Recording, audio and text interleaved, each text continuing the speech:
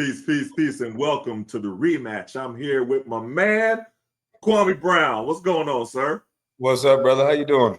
Man, I'm good, man. Yeah, I had to hit you last night. You know what I mean? I saw Joy Reid said, and it surprised everybody. I was like, I don't know what y'all so surprised for. Kwame done said that a long time ago, but she said that Stephen A. Smith gets paid a lot of money to talk bad about black people in particular black men and black athletes. And it's interesting because I didn't see anybody really disagreeing, or saying, nah, you lying on Stephen A. Smith. He don't do that. I didn't see any of that, but it just seemed like when you said it before, I don't know if people, because what I got from people, they were like, oh, you just don't like Stephen A. Smith. I was like, that's not about liking him. I'm just saying what he actually does.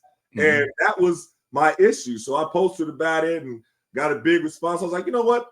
We'll call my man Kwame Brown so he can say it in his own words, because y'all be thinking that I'll be exaggerating sometimes or something like that. But let's go back. Let's go back, Kwame, and talk about the way. And I see your shirt. What was you doing at them colleges?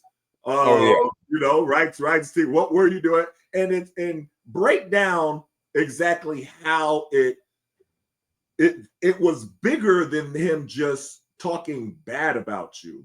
Mm-hmm. It was like he went on a campaign against you, and that's out of the norm of what a media person does. So it had to be something more to it. But you break it down for everybody. I think I break down a lot of excuses that people make. Life is about choices. I was in the house with some brothers that went to prison. I'm from a single parent household. So they came to me, or they came to my mother, wanting to do this story about my dad being in prison, to do the whole single mother thing that they normally do. And my mother said no. She said, I have 4 sons in prison. So why would we glorify something that only one son is going to the NBA? The other ones are in prison. So she was like, I'm not glorifying this, and I don't hate their father. So I think that the character assassination that they did on me, because if you look at it, everything about me is negative. Sally Jenkins, she wrote an article. She got like an award for it. I don't even know this lady. So to write a hit piece like that, when you can look up my high school transcript.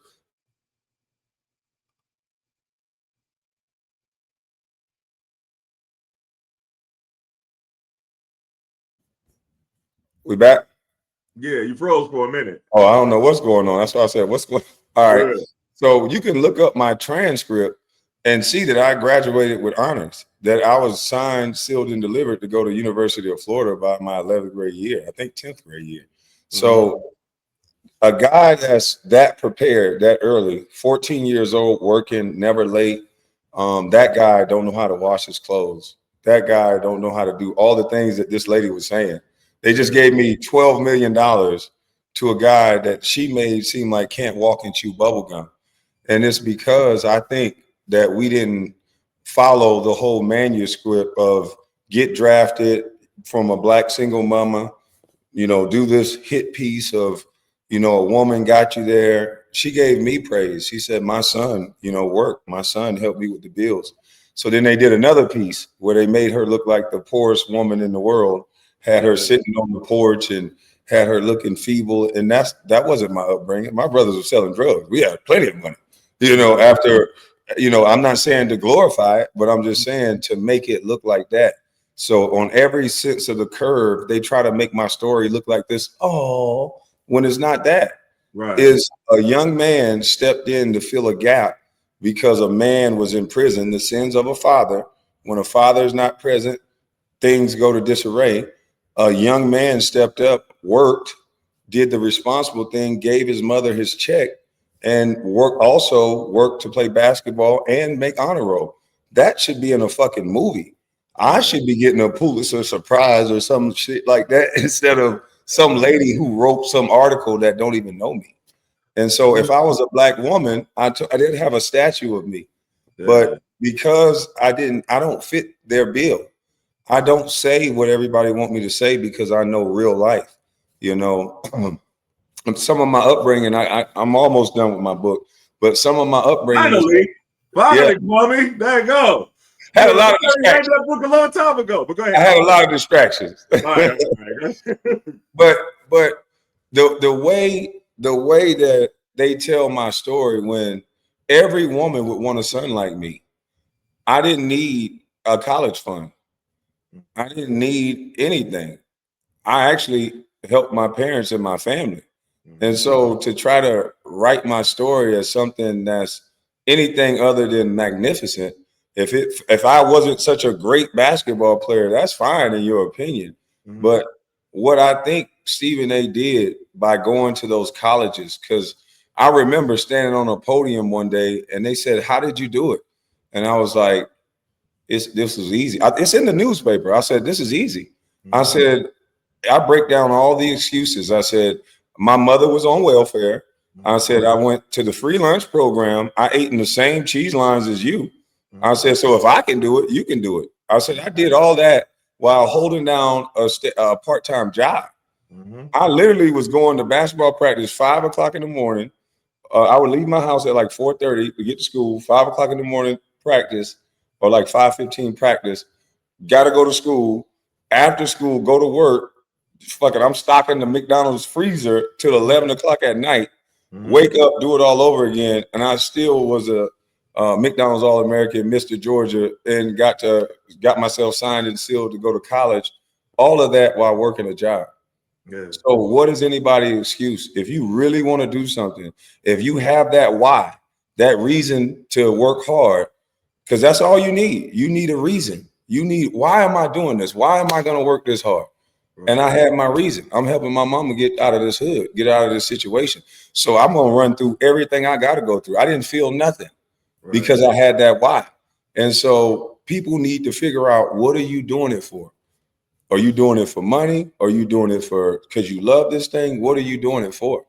And if you don't have a why and why you're doing something, then you're not doing what you're supposed to do. I mean, it's interesting because, looking at Stephen A. Smith, and he made it so personal, and it was like you did something to offend him. But I did. But I'm everything he's not. That's not fair. Is it what? I'm everything he's not. That's not fair. I was even the prom king, to add insult to injury. I'm a kid from the cheese line. I made my way to the prom king. So when you hear my story and you hear where I come from, you hear my father's in prison, now your mind go to a class thing. So it's more of a classism issue than a racism issue, because Stephen A. will look at me and go, where does he come from? Do you know how many times I've dated a girl and I go to their house and their family find out my father's in prison, my brothers go in and out of jail, and I'm on honor roll. I'm ready to go to Florida. I'm doing everything right. And they'll say, come in. They'll take our daughter. Come. Right. That's what brothers is doing. Bring them back over here. I'm like, God dang. Yeah. So it's more of a class thing than anything else. I've always, because of what my father done, because of some of my brothers, I've always been, he from welfare? I've always been, he may not be our cup of tea. And that's by Black people, not just white people. But see, I think it's deeper than that, though, with Stephen A. Smith, to be honest with you. Let me explain why. I was part of the executive committee with the union. And I'm right there with the negotiations during the lockouts and the, collective bargaining negotiations, listening to David Stern appeal to everyone, talking about why he feels that is imperative. He kept using that word. It is imperative for us to have an age limit. And he used Kwame Brown as the number one reason. And then he was quoting different things. I heard this out of his mouth. Like, this is not hearsay or me saying that I heard he was doing this. I'm sitting there and watching him do this. You know what I mean? So it's firsthand information. And anybody that was on that executive board can tell you the same thing, including Billy Hunter. And I heard him quoting Stephen A. Smith and quoting Sally Jenkins and quoting all these different things about you to say why high school players are not prepared to be in the NBA. I think it was some unfounded claims from two people that don't even know me. Forget my body of work before I got to the NBA. Forget that I had a job at 14 and I made the newspaper. They could have looked it up, didn't they? Investigate. Forget that they did a background check on me and everything about me was clean. And so forget all that. And I think what they did to me was criminal. I really think that I could sue them, but it would cost so much money. But I really think what they did was they used me as the poster child for this age limit or for a reason why kids couldn't come out of high school. 100%. So everything Kwame Brown was always negative. Any reporter that talked to me, they would change the words I was saying to make me sound dumb. They would leave things out. And I'm like, I didn't even say that. Right. I'm like, what is wrong with you? They were like, well, you said that, but I might have left that out. I'm like, when you leave that out, it changes the entire sentence. It changes what I'm saying. You're making me look like the other man. Like, what is wrong with you? Right. And it's like, so I started doing. You want me to look a certain way? I'm just going to stop talking. Yes, they wanted you to look a certain way. That's 100% the reason. And the lady Sally Jenkins, I mean, I don't know. I still think you need I don't know the statute of limitations or whatever, but I think you should have a lawsuit against her because everything that she printed were lies. That's defamation of character. You can't just make stuff up. And I mean, there's character witnesses that are saying, no, that's not true. I remember reading that piece and I was like, wait a minute. Kwame Brown he don't know how to order food. He don't know how to take clothes to dry cleaner. I just was with him. How hard is it to order food just fine? This was sad about that though. First of all, I never even read this thing. And I didn't even deal with the media. You know how I did. But how hard is it to take clothes to the dry cleaner? I do it now. I'm so familiar with the dry cleaner. I just hand them the bag. They hand me a ticket. That's how I call it. It's not rocket science. Like, what are you doing? Like, the sad reality of it is for Black people to believe that. I come from the hood. They used to give me the paperback stamps and go to the store with a list, and I come back with everything. I used to be able to buy beer at 9 years old. When you were from the hood, you already know. They teach you and raise you up earlier so you can help raise the younger sibling. So to pretend like I'm like some regular, age kid, when you met me, I'm well, beyond my age. 100%. So the fact that she would write some crap like that, I'm telling you, I believe it was all a part of their plan to make me look a certain way because everything that I actually did was amplified. I got a speeding ticket. They made me like I was the worst thing in the world. David Stern came to see me. They printed it. And then I remember LeBron got a speeding ticket. And he said, why should they make cars go this fast? Yeah. But then everybody was like, oh, that was the king. Right. Oh, he did. Right. I said, holy shit. But the thing is, and going back to hearing David Stern in the meetings, it's like verbatim quoting. So and anybody has to know how David Stern. Let me ask you this: was that recorded? Nah, those meetings weren't recorded. I don't think so, at least. But no, those were the negotiations. But everybody was there. But but the thing about it is, he didn't use any examples of any of he didn't use any Kobe, any Tracy McGrady, any what I mean. All the other players that came straight out of high school and did well. Al Harrington. No, there's a whole long list, but they focused on you. But you got to understand how David Stern operates. He plants things in the media, so he puts people out in the media. So when they cast it, so we would be sitting there during the meetings, right? And the meeting would be over. Okay, 5 minutes later, we turn on the TV, and the person is saying verbatim what was in the meeting. Like verbatim, this person said this. I was like, wait a minute. How the devil they know this? It's only been 5-10 minutes. I didn't know all these details. But the thing, I mean, it's David Stern went on a campaign to make all players that come out of high school look like they were inadequate, right? And Stephen A. Smith contributed to that because he quoted him. You know what I mean? So I would say, now I don't have any proof of this, but it's too much of a coincidence that then Stephen A. Smith was going on a campaign to different places, saying this same narrative, about how unprepared you were allegedly for life. You know what I mean? And how and it all led to them wanting to have this age limit. So that's one thing, right? And then another part of it, and this is a part that I witnessed myself, which is always so unfair because so many of the media contributed to this. And this is where I get into the issues now when I'm talking with the media and saying, because let me say, like David Aldridge, that's my guy. OG, nothing but respect for him. We disagree all the time, but that's my guy, right? So one thing that he doesn't like when I use the term the media, because he says it puts all of them in one bucket. And he's like, we're not all the same. You have this media person, you have media personalities, you have journalists, and I get it. I get what you're saying, right? But they're complicit, though. Let me finish.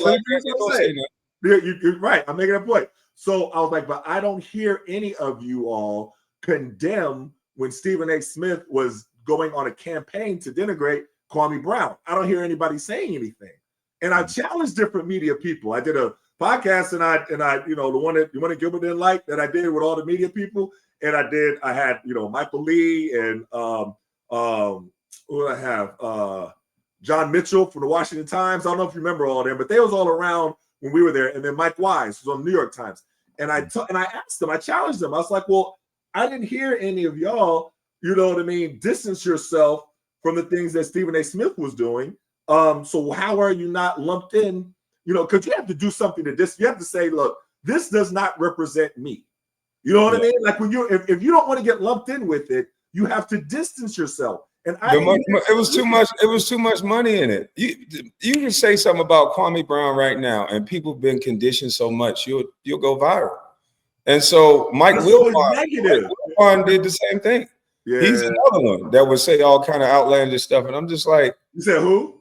Mike Wilbon. Yeah, I know. And I'm like, these two slob, doofus-looking dudes that can't play sports, that don't have an athletic bone in their body, they're literally like, it's almost like the athletic nerds that used to get stuffed in the lockers. It's like Revenge of the Nerds. They literally have people calling Russell Westbrook Westbrick. Yeah. How can Skip Bayless, a guy that can't play basketball, who couldn't even make a high school team, come up with a name that people in the real world will call somebody that's a top 75 in the NBA? A name. No, I agree. And that's why, okay, so when you went off on everybody and you was like F you like that, when you went off on everybody, I had so many media people call me and be like, hey, could you talk to your man Kwame? He's really upset and everything like that. My phone was blowing up off the hook because you went down the list of the people on the team. Guess what they did to fix that? Because you didn't call me. They had what's his name? Dr. Boyce Watkins, aka Moise Watkins, compare me to a cult leader. Yeah, I saw that too. And guess what they do when they don't like the truth? They get on the smear campaign. Yeah. Then they have Gilbert Arenas come out. I haven't been around Gilbert Arenas in 20 years. He tell everybody he drinks all the time. He does this all the time. Yeah. I said, Gilbert Arenas, I haven't been around you since 2004. Yeah. I'm in my 40s. Are you doing the same thing or whatever you were doing in your 20s? Yeah.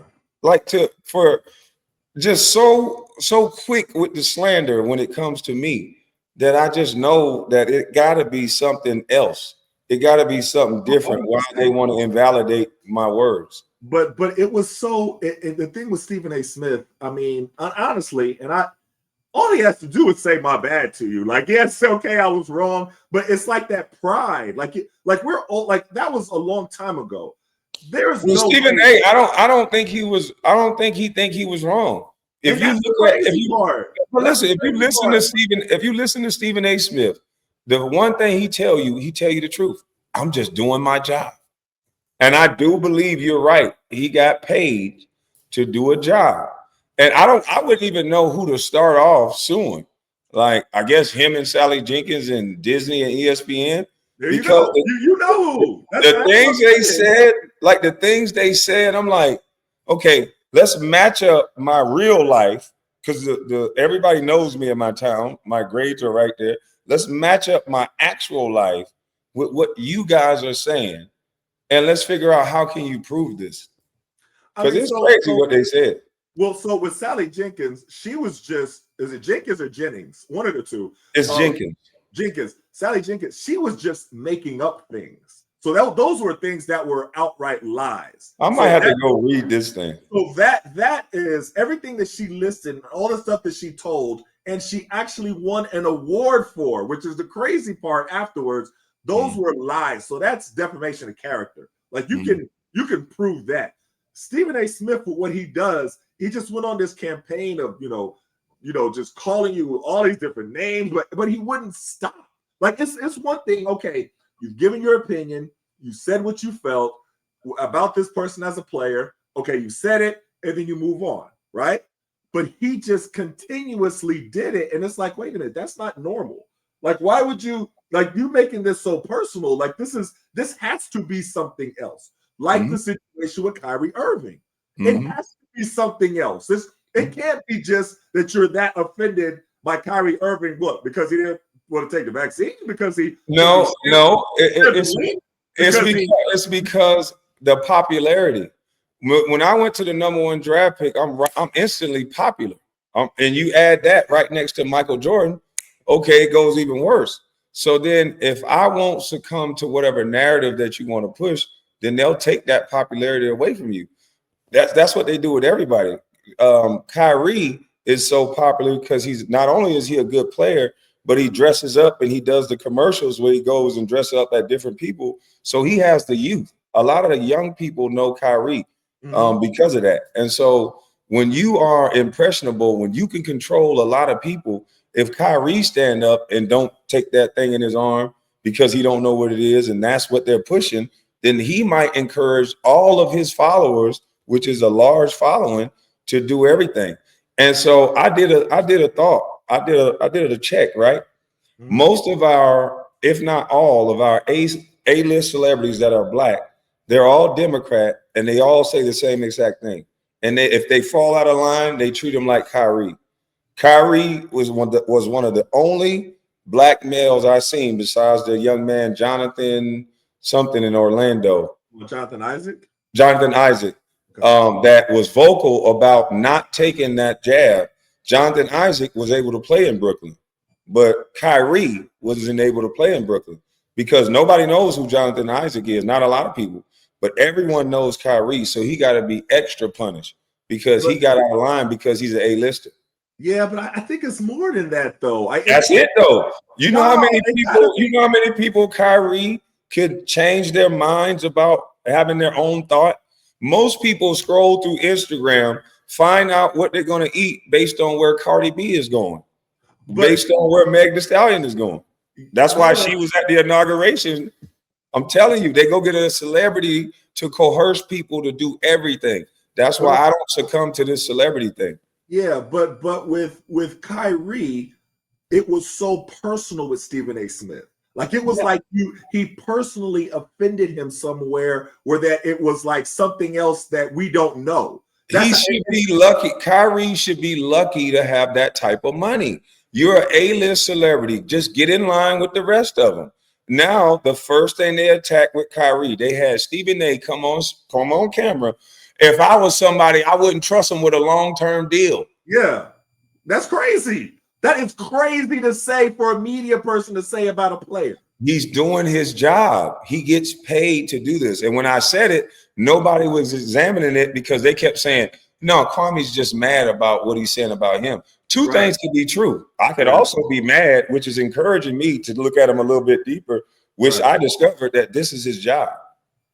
Yeah, and that's the part that he gets rewarded for this. So he wouldn't do it if he wasn't getting encouraged and rewarded for it. He's only getting encouraged to do it with Black men. Dana White, I've never seen nothing like this in my life. Dana White slapped his wife on camera. Yeah. Bam! I'm like, Dana White going to jail. Slap league is over. He's not going to be in the UFC. Dana White ran his slap league the next week. He was shaking hands with the president the week after that, walking them into a UFC event. Didn't lose one sponsor. And a believe all women. They didn't say just Black women. Right. But in believe all women, never do anything wrong to a woman. Right.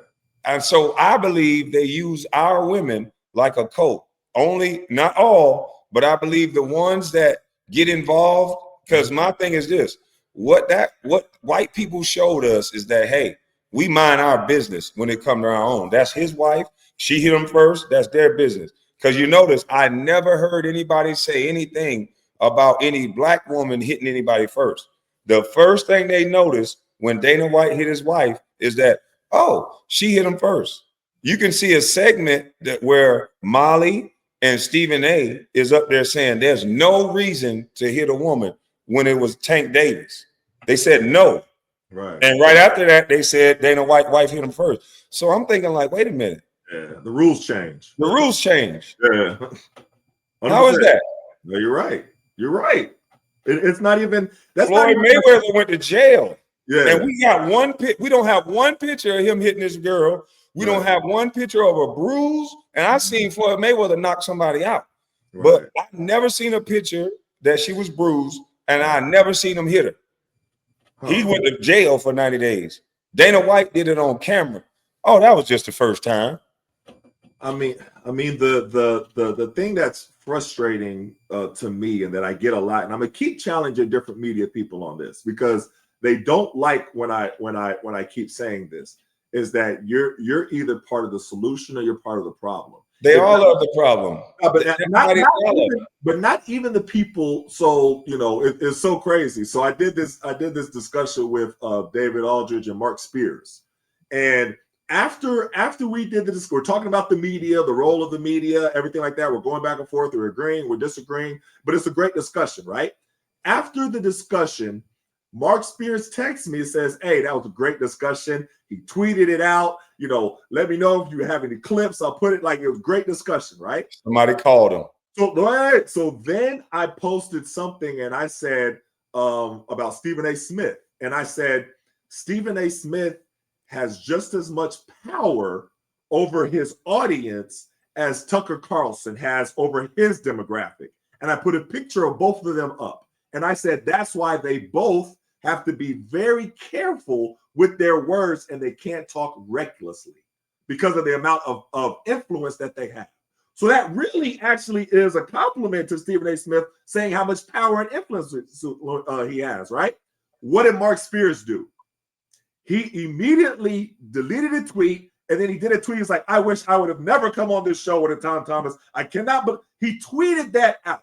And I was like, whoa, why did you do all of that when you just told Go along, get along, gang. So I don't know if somebody. Let me ask you this. Did he ask you why you said that? He didn't say anything to me. He just tweeted that out and said, I wish I would have never came on this show. And all these athletes, they have these different I was like, whoa, bro. You just experienced the go along, get along gang, buddy. And but that is like, and I brought that up when I was talking to John Mitchell and everybody about it. And he said, well, ESPN, people that work for ESPN, he made this analogy that said that, Stephen A. Smith is like the golden goose and nobody can say anything about him. And he's like, he obviously probably either got a call either from ESPN or from Stephen A. Smith. And I don't doubt that at all. But just the fact that he took such a large, huge 180 and like started saying, he said, I wish I would have never gone on this show with a tough time. I was like, dang. Do you know how many times they attack? Do you know how much they attack my channels because of Stephen A? I'm telling you, like Stephen A warned you. He like, I'm associated with some people. And if you mess with me, they'll be like, okay, he don't like you? Okay, well, F them then. He tell you out loud that there's a go along, get along game. Stephen A. Smith is big business. He makes people a lot of money. His skills of entertaining, and although it disrespect black men, it ruins other people, but somebody has to lose it for another person to win. That's life. And so Stephen A. Smith is like that. That's what he does. It's the age-old thing. Somebody has to lose. You have to catch that chicken in order to wring his neck for you to be able to survive and eat. So he don't care that he's doing that. He don't care that he's saying that he wouldn't trade Andrew Wiggins for a box of cereal. Yeah, He don't care. There's no need. But this is my issue with Stephen A. Smith. You don't have to do that. Like you. Yes, he does. Well, He don't want basketball. What else is he going to talk about? Listen, they changed him to an entertainer because he doesn't know anything about basketball. He has to be funny. He has to joke. He has to make the common everyday man feel like they can joke on us. Look how big you are, Etan. You're a big, strong jock. Most people have a natural jealousy for big, strong, tall men. Why? Majority of women be like, "Ooh," when we walk in the room. So, and majority of us, we had a lot of things given to us just because, we hoop. So it's other men that they don't get that look until later on in life. They don't get people to look at them like that until they become who they become later on. We get that early, in high school. So it becomes a little bit of jealousy. So the common everyday man, now look at the two biggest sports talkers, Stephen A., Skip Bayless, two people who played a sport, did not ascend to the top, but they talk about it in a way where they gotta disrespect everybody they talk about to the utmost. And that's my problem though, is the disrespect now becomes the fad.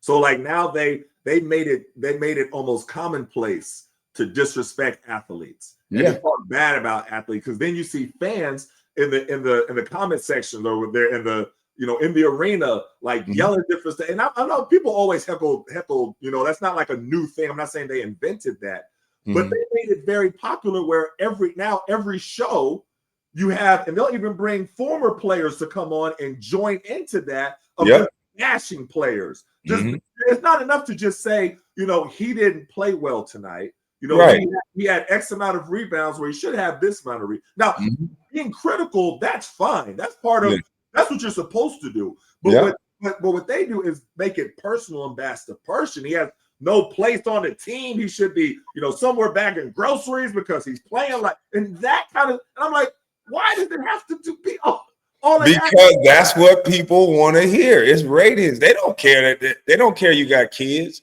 They don't care that you're gonna go. What they really doing? They're ruining the fabric of the game. You know why?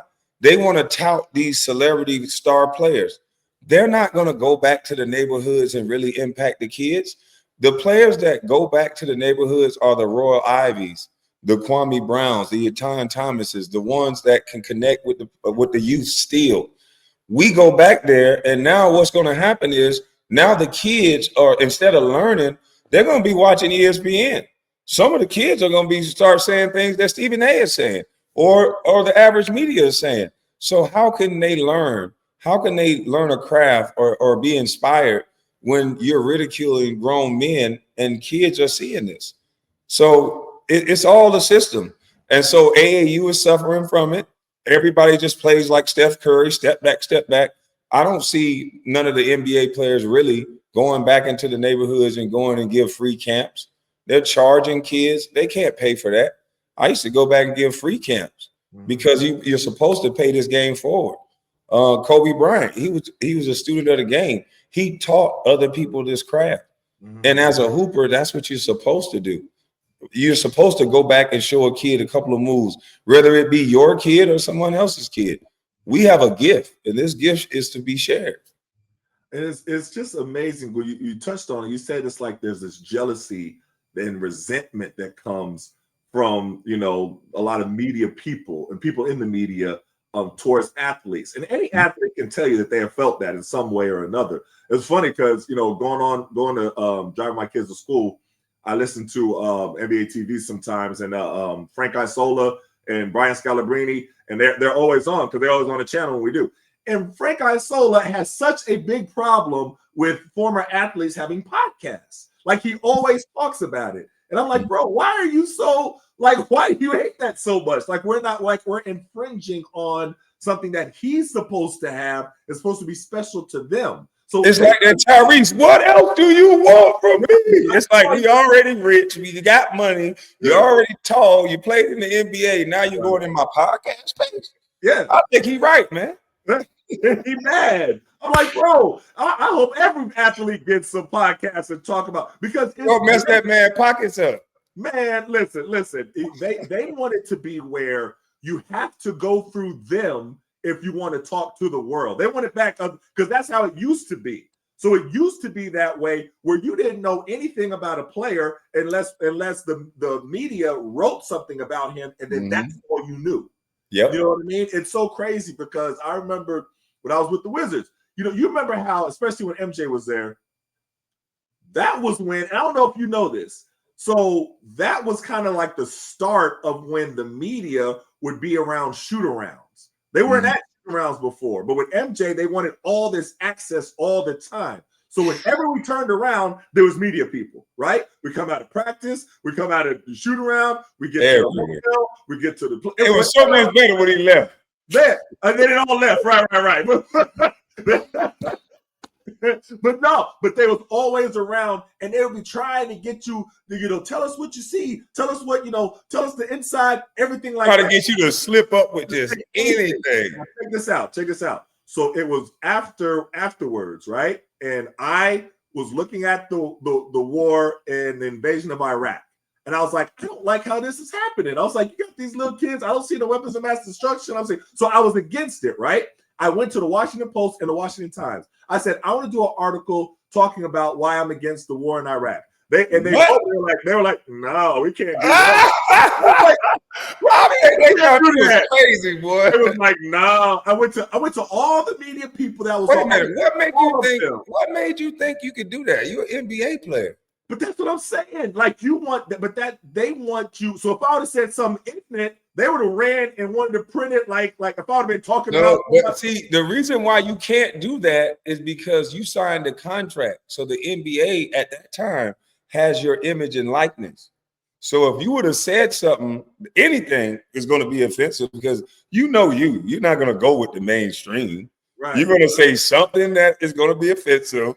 And so you're representing the NBA. So they're not going to let you say nothing. So check this out. So I found a little, that's where I met my guy who's my co-host now with the Collision, Dave Zirin, because he was writing for the Prince George Post. It was this little pretty place. And I saw him at an anti-death penalty rally, right? And I told him what happened. He said, "Oh, I'll write it." And he wrote it, and then it went everywhere. So I was about to say, of course he gonna write it. It's gonna blow him up. Yeah, he said, I bet he was like, "Yo, it's an NBA player that's about to talk about something." Like, right. So then I got a call from David Stern, and David Stern said, "Just be careful." He's like, be very careful. He's like, I don't want to see any, and it wasn't anything bad. It's just he let me know we're watching you and be careful, kind of tread lightly type of thing. And it was cool, but it just so happened. You lucky you ain't have my background. It threw you out the league. Well, bro, if it was, he was letting me know that if I went too far with anything, there was going to be issues. Now, no, but listen, they would have threw you out from it. You got a great background. You graduated college. They can't play with you on every level. You're different. I come from the hood. My daddy in prison. It's easy for them to create some narrative about me. That's why they do it. Yeah. So you're lucky because that's why I thought the first thing I said was, Etan, what made you think you could do that? You signed the contract.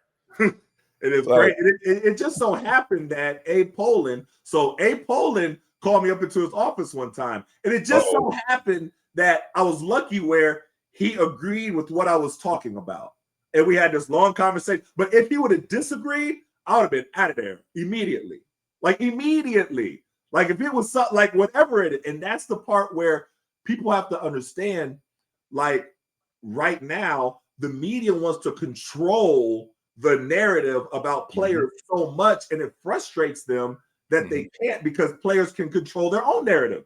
You can go on your podcast. No. This is what happened during the game. Like they should have had this when we all was playing. Man, this would have been great. So you would have got kicked out the league though on your podcast. No, all of us would have been in trouble. Yeah, you're right. I'd have got thrown out too. So like the way like Draymond be saying crazy stuff, but he'd be like, listen, I'll tell you what happened in the game. You know what I mean? And he'd tell it from his own perspective. You can either agree with it or disagree with it, but it's from him. You don't have to wait for no reporter to interpret his words and everything. I love that. I think that's smartest thing ever, man. But all the media people hate it because they're gonna lose because guess what? Now after the game, I don't have to go hear you talk about Draymond. Right. I'm going to go hear it from Draymond. 100%. So it's brilliant. Why wouldn't you? Well, but I will say this, though, and I said this before, and I'm going to keep saying it. I still feel that Stephen A. Smith, as a man, you should be able to admit where you were wrong in the past. It doesn't take away from anything that you said. Yes, it does. Wait. Let me say. It doesn't mean that you will get any less time on ESPN, that people will look at you any differently. You can say, I was wrong with how I did Kwame Brown. I was wrong with how I did Kyrie Irving. I was wrong with that. And people would respect you more for it. Like, that's what you don't understand. He would get fired instantly. Everybody knows that he was wrong with how he did you. He will get fired instantly, and they can never say sorry. The whole purpose of a guy who's not really the guy he is, because Stephen A. is a nobody in real life. Skip Bayless was a nobody. They built these people into who they are. When you say, I can get online and say outlandish things every day, and the society will just come and watch. That's just the way of the world. So that's what Skip Bayless and Stephen A. did. So they were built up to be this. They are nobody. So, but he cannot apologize because he has to have this mystique that he's above you. If he apologized, then other people might want an apology. And then he looks soft. He has to come out and double down. I don't think what did he do when I called him out? He came out, doubled down, played the same distasteful video. And then people was like, oh, I really see it now. But then he got quiet because he knows most people got 1 week of an attention span. They're like, just get quiet, don't say nothing else to him. And everybody forgot about it. He needs to understand that people who man up and admit their mistakes are respected more. Stephen A. is not the type of man that care about respect. He want money. Listen. Me and Javaris went and had a great experience this whole weekend. We spoke at 2 correctional facilities, spoke at a youth program at my church, First Baptist of Glen Arden. Shout out to Pastor Jenkins. We had a great experience, Busboys and Poets. And one of the things that we kept hearing, and the people were like, the young people, everything like that, they were saying, we respect y'all because you admit your mistakes. Jarvis he didn't say, like, hey, I was done wrong, they did me wrong, and this. He said, first off, I handled the situation incorrectly. First and foremost, that's how he started it. You know what I mean? And from that point, he had their attention.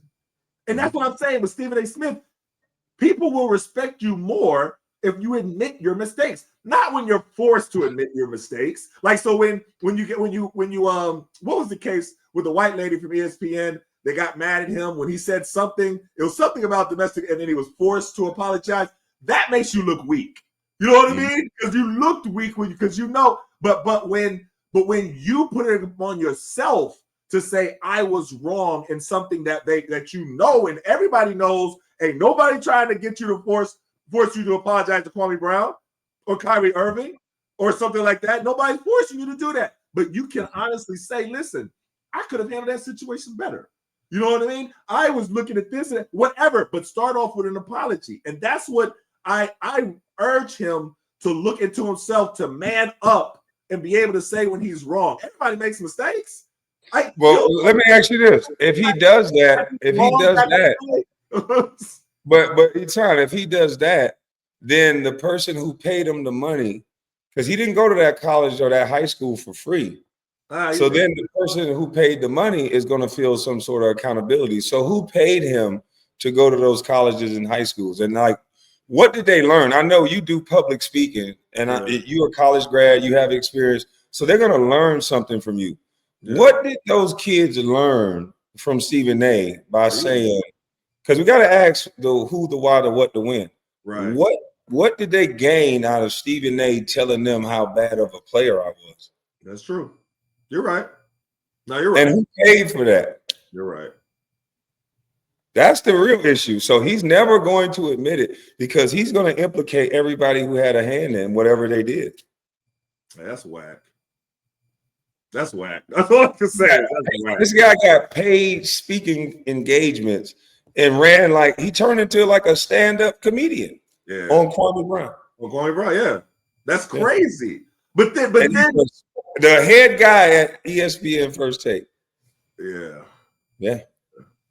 Yeah. So that's how you condition. That's how he was doing that to high schoolers and college kids, right?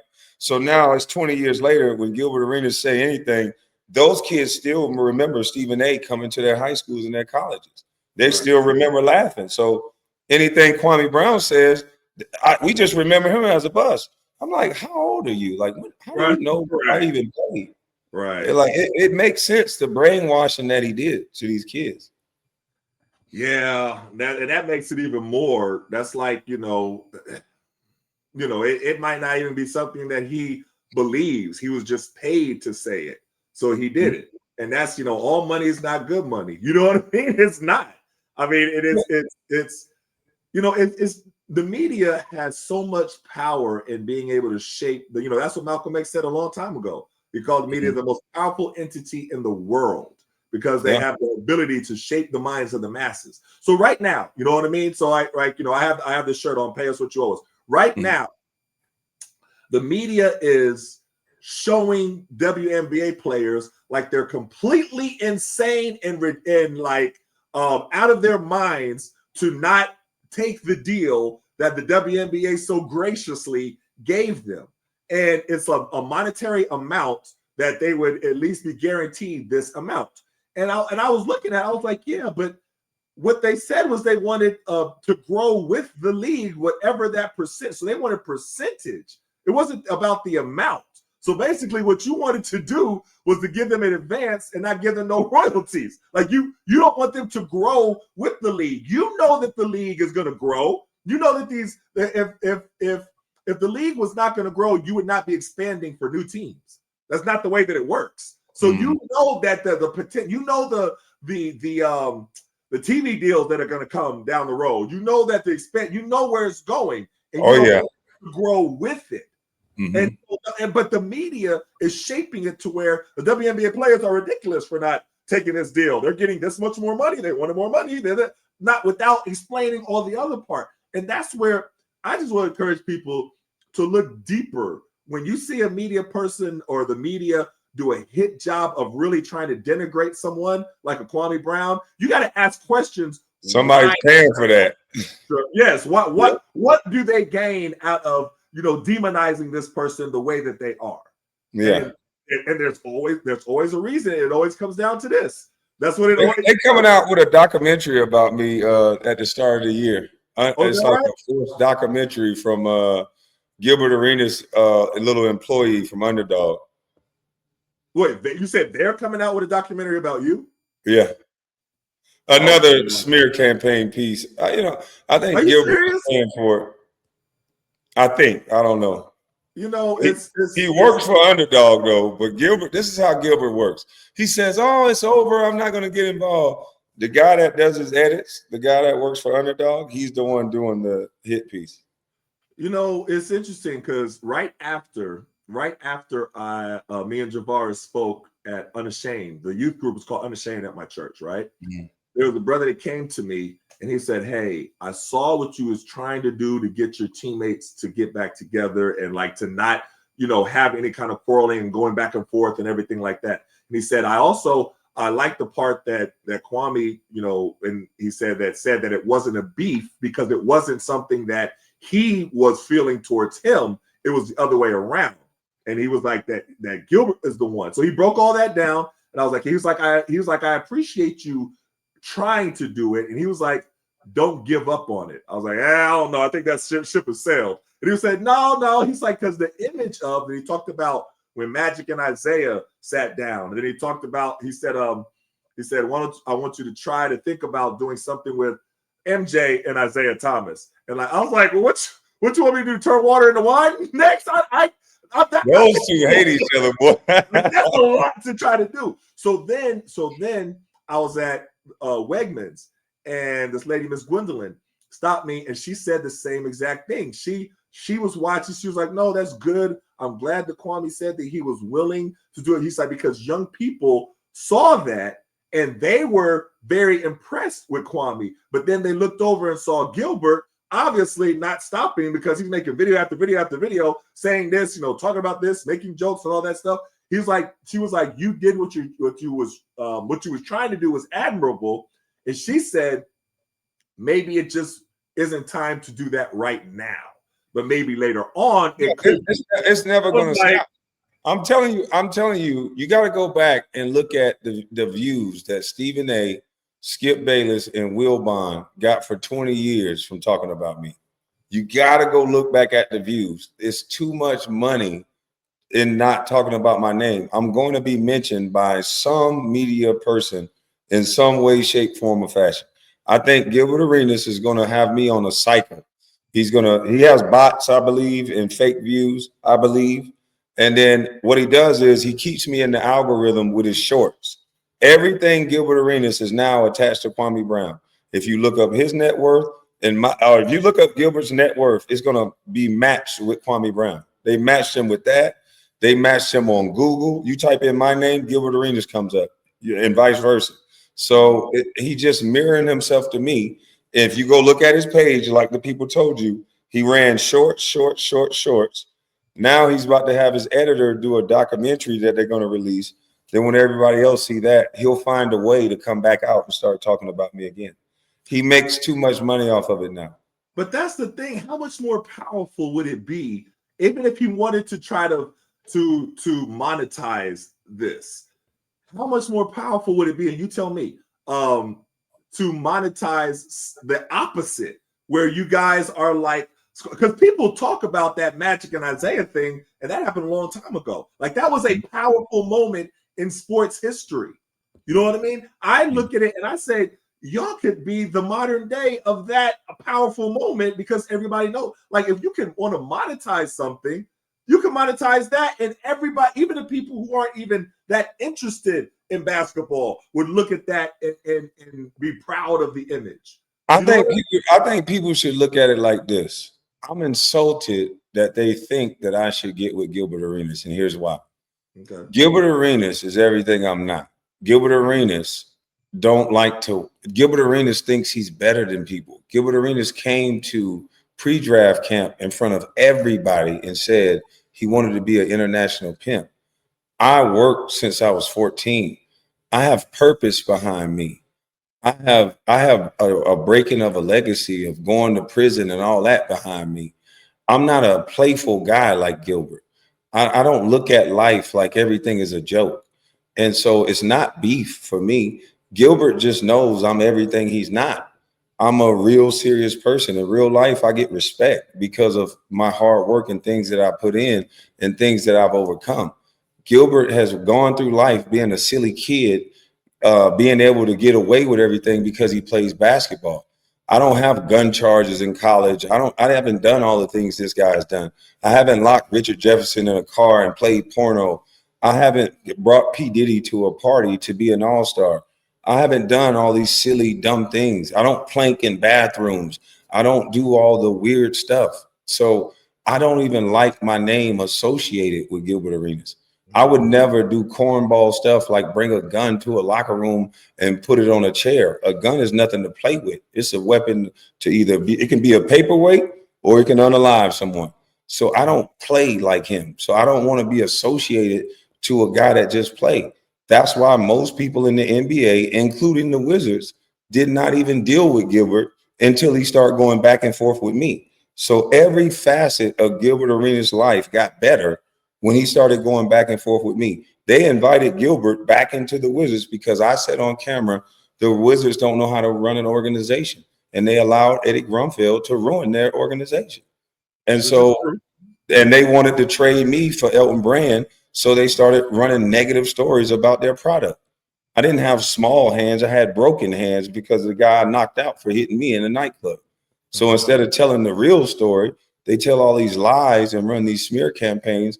But I don't worry about things like that because in real life, that's why I keep telling people, in real life, though, I'm good. You know, God is going to rewrite the story for me. And ever since I've been opening my mouth and people have been listening, they've been seeing this is nothing but God's work.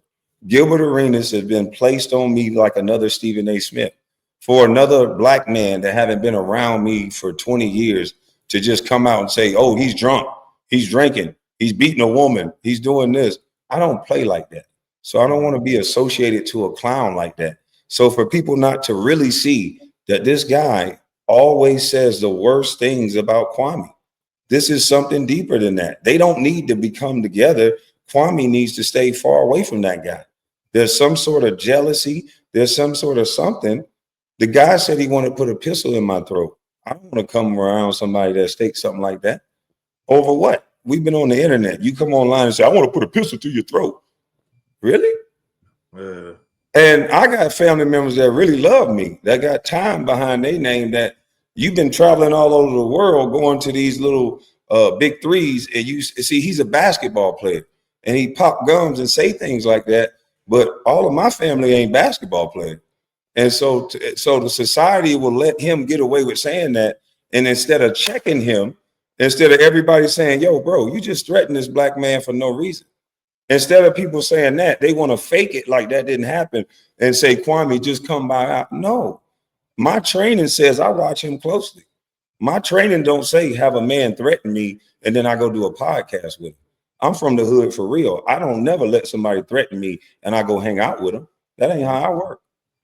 I think that what even and I don't want to equate him to Stephen A. Smith, but I will say that I think that people, when I said people would respect Stephen A. Smith more if he admitted when he was wrong and like said, okay, listen, I was wrong when I did X, Y, and Z. Because I keep hearing from when we did our interview before, people saying that about you, that they respect the fact that you said, okay, I might have gone a little bit far with this, but it was in reaction to what he said with this, but I did go a little bit far. I can admit that. Just you saying it was a quick little line that you said, right? But people don't understand there's nothing weak about admitting when you was wrong with something. And that's what I would tell Gilbert and I would tell Stephen A. Smith. Listen, and I understand what you're saying, but I'm just saying that, like, you know, people would respect you more.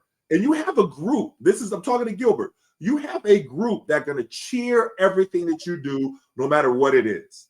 And you have a large demographic of people that will do that. And you know you have that. But you got to have some people that say, hey, you was wrong right here. You know what I mean? Like this, like that's why I don't want to come around that. Like, I'm not in that fake world. I done been punched in the face before. And I hang around people that'll still punch me in the face, so I don't lose sight of reality. And he loses sight of reality too much for me. Like, and people around him do too. Instead of everybody saying he went on the Pivot podcast, they supposed to be pivot. Nobody said, yo, you were wrong for saying you was going to put a gun to this man's throat. Like, what are you talking about? What if one of my brothers would have unalived him for saying that? Right. See, a lot of things the tongue is mightier than the sword. And you're saying things that can invoke other reactions. And so instead of someone being honest about what they heard him say, they interpret everything as a game or fake beef and all this. I was a man on YouTube just talking. To have another teammate come out and start threatening me that I know and you know ain't even like that. Right. So what is he really saying? He's really saying he would get one of his boys to try to do something. Now, in real life, over some internet stuff, you guys were talking and playing with my name on a podcast, and then you're going to let that spill over in real life because you can't leave a person the fuck alone? All I ever ask is be left alone, regardless of whether somebody say I should get with somebody or not. I have a right to life, liberty, and pursuit of happiness. If I want to be left alone, then we should leave well enough alone. And I'm saying I don't think Gilbert's maturity level is to the point to where he should be around me. I'm not going to be made to look like Nick Young and Kenyon Martin to where Nick orchestrate them to damn near look like they about to fight on a podcast for views. I'm not going to do that. I'm talented enough to sit here and run my mouth by myself and get the views. And he knows that. That's why he's so into me. He came online and said, I studied him for 2 years. Why are you studying me? You get online and say you study me, and then you turn around and say, I'm a drunk, I'm a dummy, I'm a bust, I'm a deadbeat, I got your son. The man is texting my son. So before you try to provoke me to hurt you, I just stay away from you. Because I know this type. He's a provoker. I just don't understand the reason. Like when we was talking about with Stephen A. Smith, like it's something deeper. Like I don't understand the reason of why. You know what I mean? Like it should. Like first of all, that was 25 years ago. You know what I mean? Like what we're talking about with stuff when we were playing, when we were teammates. That was 20. We old now. Like we old. So why you think I don't want to be around somebody that like that'll get on my nerves? My old bones, my arthritic bones will hurt somebody playing with me all day. Like I don't feel like playing all the goddamn day. Yeah. You know what I mean? I play a little bit. I get up here, play joke, and then I got serious stuff I need to do. Yeah, no, I feel you. No, and I understand that too, though. You know what I mean. But I want to hear. That's the last thing I'll ask you, though. I kept you for an hour. We try not to keep you too long. We be talking, but I want to hear about your book. It's like being in the locker room. It is kind of true. we just be chopping it up. Well, I want to hear about the book because I've been telling this man for how long about you need to write a book. You know what I mean? I was like, you should have been. I told Javaris too. I was like, Javaris, you need to write your book. Like there's you know, and you use that, you know, to help young people. You know what I mean? Like that's the whole thing. But tell everybody about your book if you wanted to. If you want to, well, tell him. I want to know about what you got coming up with your book. It's like I've been writing for the whole time, 2 books in one, because it's like I have a life before basketball, but everybody only want to talk about basketball. So it's like at first I started off writing about the book. And then it would go off into my life before basketball, and I used to erase all of it. I would be like, man, I'd write like 40 pages, and I'd be like, I don't like none of it. It's going into like my life instead of basketball. And so she was like, why are you erasing any of this stuff? Right. Just write it all out. I don't care if it's 2 books. Just write it all out. And when you're done writing out everything you think about writing, then we'll fix it and mash it all together, or we'll make it into 2 books. So that's what I think is going to happen. It's like a mashup between my life prior to basketball. I'm talking about inspirational stories that can help kids that's in similar situations that I was in. Like I really grew up in a house where my brothers were selling drugs. Like really, I got stories of the police kicking in the door at 4:30, 5 o'clock in the morning, and we barely making it to the school bus. And they tear up the washing machine. So 3 or 4 days, you trying to wash clothes with your hand and hang it up on the line. So this is your #1 draft pick. So don't look at me as he don't know what he's talking about. He ain't like us. No, I became the #1 draft pick in the same conditions that any other kid that grew up in America from the hood was in. I've been shot at prior to the NBA. I done been jumped 1,000 times. I done seen guns put in my mama back of her head, all types of things that your #1 draft pick that I turned into, all of those things went on while I was still focused on my why. So I don't like to really hear excuses. I can understand. I always tell kids, I understand. Trust me, I got a story too. So I understand, but are you still working on that why? Because if you letting this stop you from working on that why, then that ain't the problem. It's you. Right. Because things are going to happen around you. Everybody got a story. If you sit down and talk to everybody, any person, it may not be as bad as yours, but everybody got something that they could have went left and went wrong. But some people's are just, it's so much stuff. So I get it. But mine was a lot. And if I can get through the #1 draft pick by still focusing on that why, then I always tell kids, you got to grab a why, grab a goal, focus on it. And anytime something happens around you, always remember that why, because that's your center.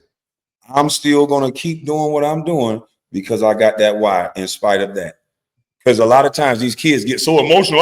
But this, I can't do it because of that happened. I should be like, yeah, you need to breathe a little bit.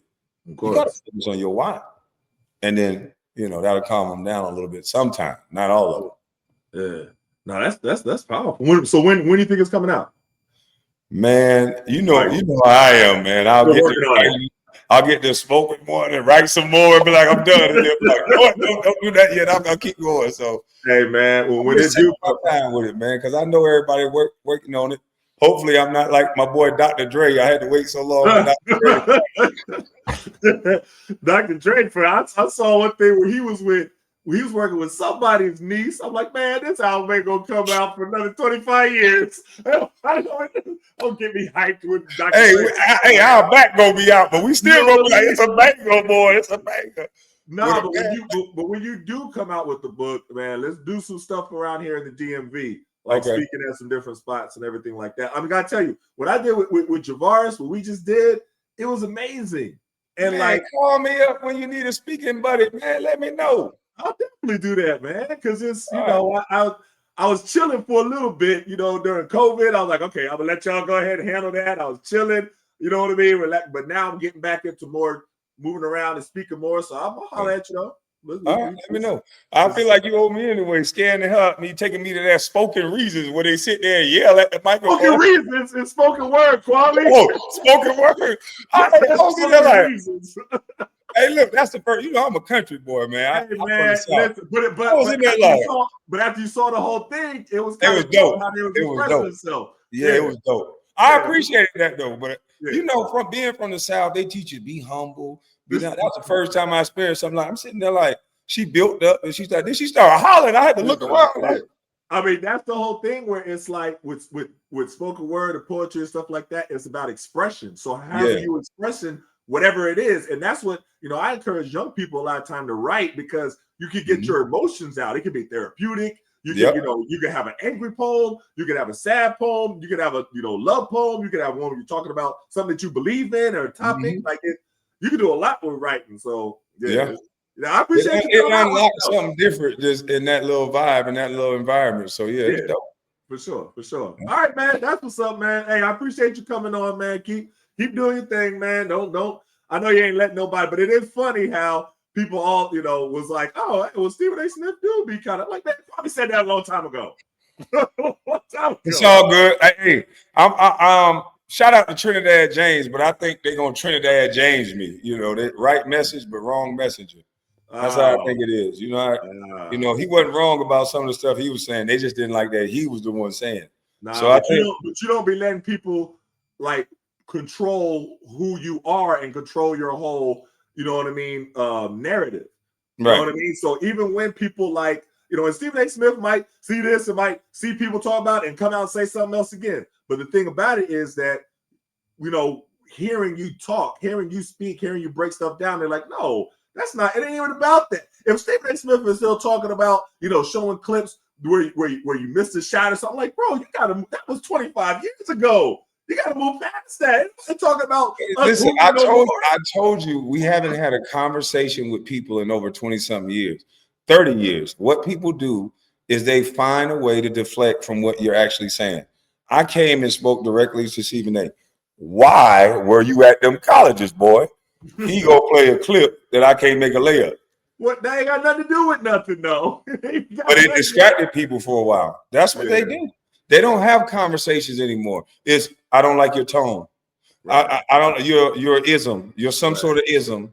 They find a way not to have a conversation about the subject matter. I just don't succumb to that. I talk. People say this all the time to me. Man, why do you sound the way you sound? Why do you talk so aggressive, like you're just sure about what you're saying? I say because I wouldn't have said it. I feel you. It's simple. They're used to men having to go get 95 degrees to feel like a man. I was raised by an old school cat that had 3 trades. And I seen him walk off 2 job sites and got hired the next day. Right. I said, oh, that's what a man is. I watch celebrities say something and they apologize in 30 seconds. Yeah. You're right. That's your rendition of a man. You're right. I saw a man that didn't apologize for nothing because he had the skills to take those same skills, stand on what he was saying as a man, and still feed his family. Man. And in today's world, not many men can say that. People gotta understand it. All money is not good money, man. Like sometimes you tell them to keep that money, man. Have your dignity, have your pride. You don't have to go this route in order for them to give you this money. All money, you can get money a different way. Yeah, like all this money. That's not all money ain't good money. Stephen A. Smith, there you go. You know what I mean? You ain't got. Or Kevin Hart, get the money, wear a dress. Yeah, this is a lot. But it's 2 ways to do it. You denigrate black men, you get 100 million. Put on a dress, get 100 million. Same difference. Yeah, that goes to a whole different topic, but you know. Yeah, we're gonna do that over here. We'll do that on mine. Let's do that on your We'll do that on mine. All right, bro. Salute All to right, you. man. Appreciate you, man. All right. All right, man. Peace.